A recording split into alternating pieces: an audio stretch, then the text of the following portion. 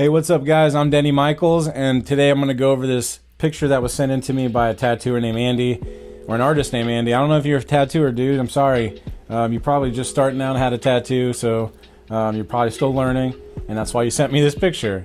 I hope to add some value here, and we're going to go over a couple of different things that I really wanted to dive deep on this and kind of just like break this down and really help you out.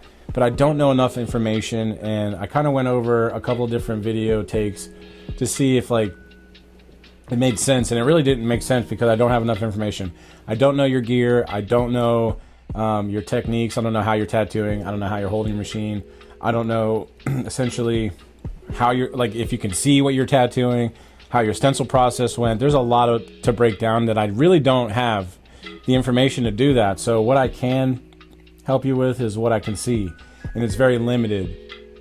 Like I said, I made a couple different video attempts here to kind of see, you know, exactly where the value would be for you, and it's just, it wasn't all there because I definitely don't have the information. So what I can show you is what I do see, and the first thing I want to talk about is your mindset. You know, when you're taking on a giant project like this, I mean, this is essentially, I think this is your own leg, but it seems like this is your knee here, and it looks like this is your entire shin. So your mindset matters, man. I mean, if you're not ready for a project this big or this caliber, you know, start small. You know, start with practice skin. Start with baby steps before you run right to a full marathon. You add more value when you say no to certain projects that you're just not ready for. Always start in like a practice setting, just to see if you even get a feel for tattooing, see if it's something that you want to do. A lot of artists that I realized are practicing on fake skin, and then they're going, you know, it's just not enough. It's not the same thing. I want to feel what it's like. So they start tattooing their friends or even themselves. And we have the right to say yes and no as adults. And because we're adults, I can't babysit another adult. So I can't tell you what to do, but I can say that what you're doing essentially is probably malpractice in a sense. Let's talk about the safety first. Safety would be, you know, are you wrapping your bottles? Are you wrapping your machines? Are you covering your surfaces? Did you wrap the armrest or the table that you put this on? You know, are you using sterile needles? Did you disinfect the area prior to starting the tattoo? Did you disinfect the area after the tattoo? Did you clean the skin properly? Did you shave properly? It seems like you might have, you know, this looks like razor burn. It's this like whole area here. It looks like it was, you know, you had some razor burn. You must have just like had a really tough time shaving this area and caught a nice little rash here. You know, that's something to consider, that when you are healing a tattoo, any additional trauma to the skin is going to prolong that healing, and it could affect the overall outcome of the tattoo. So it's something to be mindful of, because you really don't want to have to, you know, work through this, especially if, let's say this was hypothetically on a client and, you know, they had to heal the wounds of the tattoo, but then around the tattoo where you actually didn't actually apply any of the ink, you could see that there might be some razor burn or maybe even a nick from shaving. Looks like you might have had a couple of them.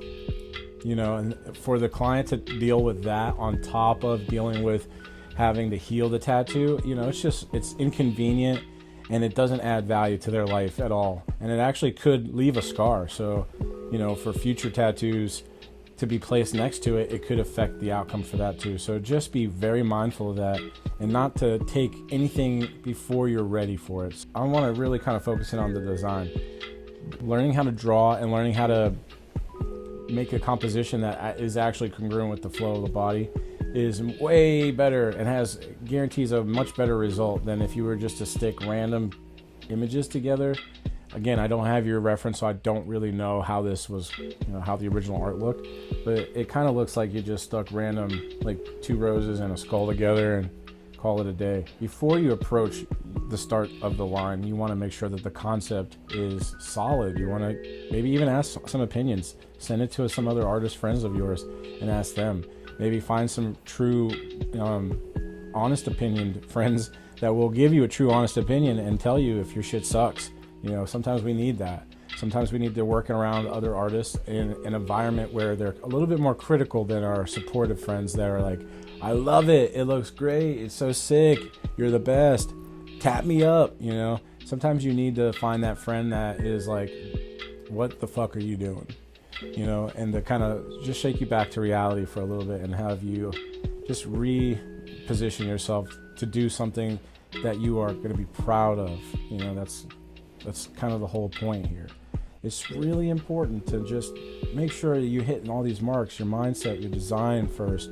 You want to make sure that you have your equipment down. You want to make sure that your environment is sterile and clean. You want to make sure that you have light. You want to make sure that you have fresh air.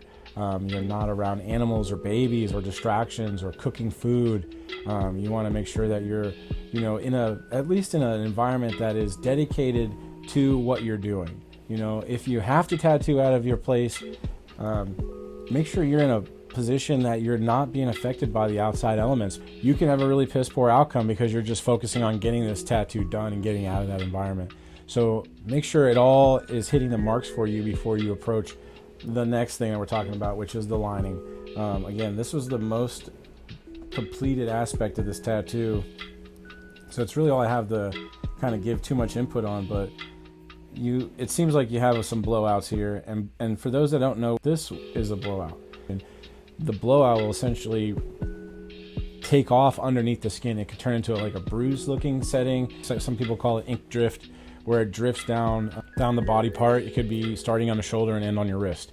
That has happened. It's very possible, but a lot of it is just the equipment. You know, a lot of it is your hand angle. A lot of it is the needle depth. A lot of it has to do with the hand and machine speed. So there's different factors, and it's really, really hard to coach somebody virtually without actually seeing what they're doing. Results show that you have blowouts, you have a ton of scratchy lines, and this just means that like you're not really grasping the fundamentals of lining, or you just got really crappy machine. You know, like you got crappy equipment. You probably have like a Dragon Hawk or some CNC machine or something, where in the right hands it could be a valuable tool, but majority of the people that are going to be using it don't know how to use it. And when you couple that inexperience with a low quality motor or a low quality setup, you're probably going to have results that look just like this. The way you remedy that is to, one, have somebody teach you how to do this right. Once you started getting tattooed by that artist or particular shop, that's when you can approach them, because you've already added so much value. They're comfortable with you. They know how hard you're going to work because of how much dedication and how much time you put in with them. They're able to easily assume the liability that you're going to bring. It makes the life a lot easier for the shop, and it adds value. It's the best way to do it is just to get tattooed and then watch and ask questions while you're getting tattooed. Now, how to add value besides spending money in a shop. I've made other videos on this, but really it's just a matter of showing up, being cool. Just make sure that you're following all of the necessary steps. Start adding value so that you can start receiving the value. Back to the lines, like in this area here and this area here. Move your hand speed around or start to find a different angle. You might not compensate for that adjustment, and you might just be pulling this in one direction essentially and not compensating and not adjusting your hand as you pull. So your needle's sitting too far on its side, or your needle's sitting too far up like this, or your needle's not sitting at an angle enough, or you just have crappy needles. Maybe you barred one, maybe you had maybe you hit the bottom of your ink cap and you bent one. Maybe you just had the wrong sizing. I don't know. There's a lot of stuff here. Clearly tell that the lack of experience exists and the fundamental techniques are weak. You know, you got to strengthen your fundamentals. I think a really helpful way for me, at least, to strengthen my fundamentals was to draw as much as possible. Drawing helped me to strengthen my hand. It helped me to strengthen my visual perception of like what looked good. It helped me to strengthen my design capability, my workflow, like especially when I lose a stencil, which it seems like you lost your stencil in a lot of this place, especially in these roses. Roses are really challenging. There's a lot of folds, especially for an untrained artist. When you're just tracing a rose, you seem like you can just whip out all these little edges and, call it a day. But when you go to transfer it and do the tattoo, it becomes more complicated, especially once you start to wipe. That whole image disappears and you don't know what to do. So you're probably just gonna wing it and throw some lines in there, or put the one that looks like it's supposed to go there, but you don't really know where it starts or stops, and you just kind of fuck yourself. That happened a lot in this rose in particular. It looks like maybe you lost the stencil in this area, and maybe you were compensating for putting like the folds of the rose in that you would have done with shading, and you didn't know that you can do a lot of this definition with the shading needle, and you just threw them in there with the liner to kind of either keep your place, or maybe you just made an incorrect stencil.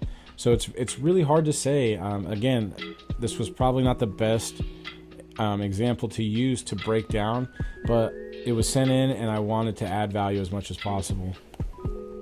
As far as the shading goes, shading here I would have to say is done with a liner. It doesn't look like it was done with a shading mag or a shading needle at all.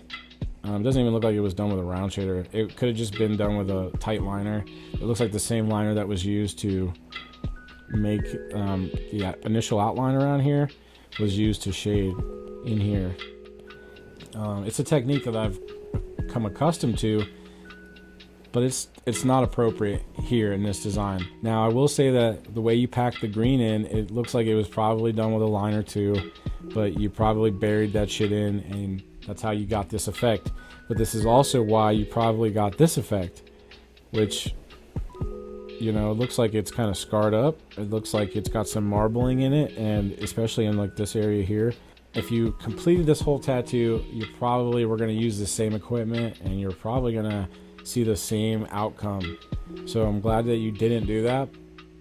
These areas here, like, they look like they're saturated, so you actually probably had a good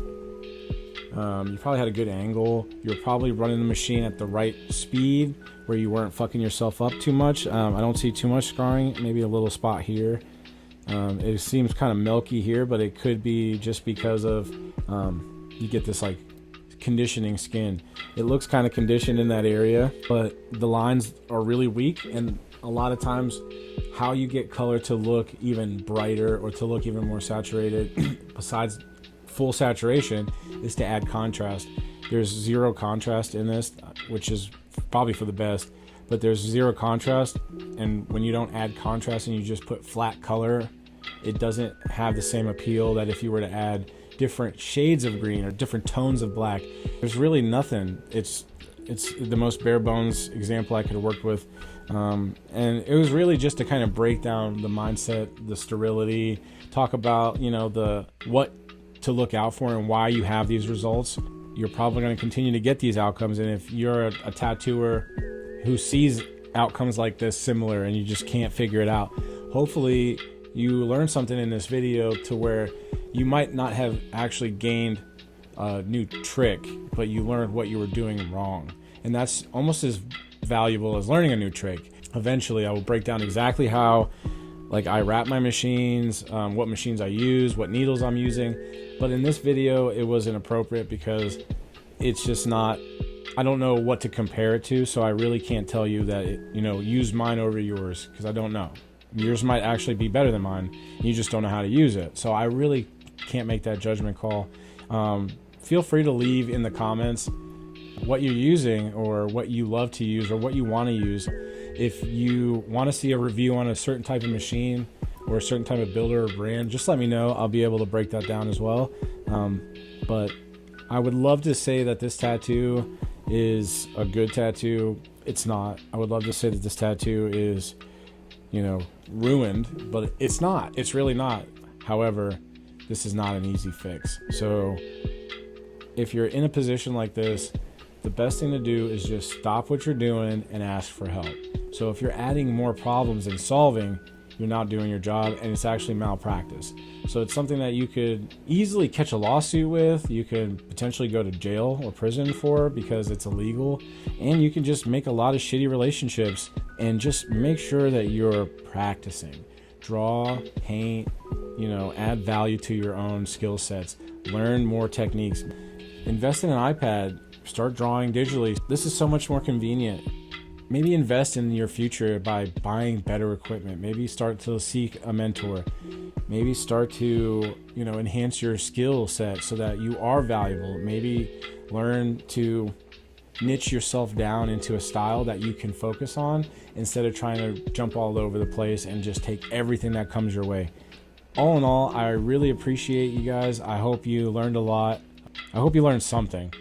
You might not have been a lot, but I hope you learned something. If you want to ask me a question about my own tattoos, leave a comment. Let me know. I mean, your feedback is very valuable to me. I just know how to give the insight and the information that I have, and I hope this helps.